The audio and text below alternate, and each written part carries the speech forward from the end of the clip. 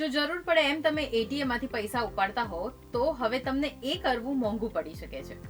હાય, હું છું હેલી.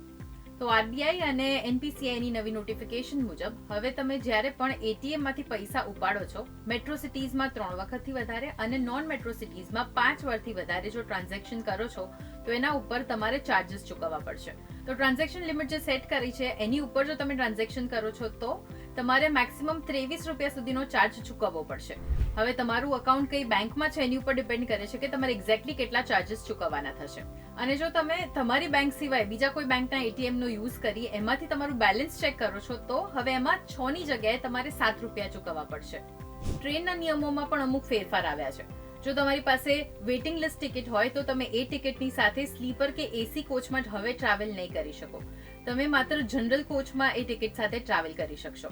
સાથે જે એડવાન્સ બુકિંગનો ડ્યુરેશન 120 દિવસ હતો એ હવે ઘટાડીને 60 દિવસ કરી દેવાયો છે. અને સાથે ટ્રેનના ભાડામાં અને રિફંડ અમાઉન્ટમાં પણ ચેન્જીસ આવવાના છે.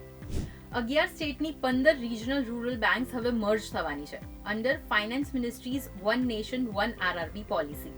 એટલે હવે અક્રોસ સ્ટેટ 43 માંથી 28 બેંક્સ થઈ જશે, જેથી બેંકની સુવિધાઓમાં વધારો થાય અને સંચાલન ખર્ચ ઓછો થાય. તો આ બધા જે નિયમમાં ચેન્જીસ આવ્યા છે એના લીધે હવે આપણા પોકેટ ઉપર સીધી અસર પડશે.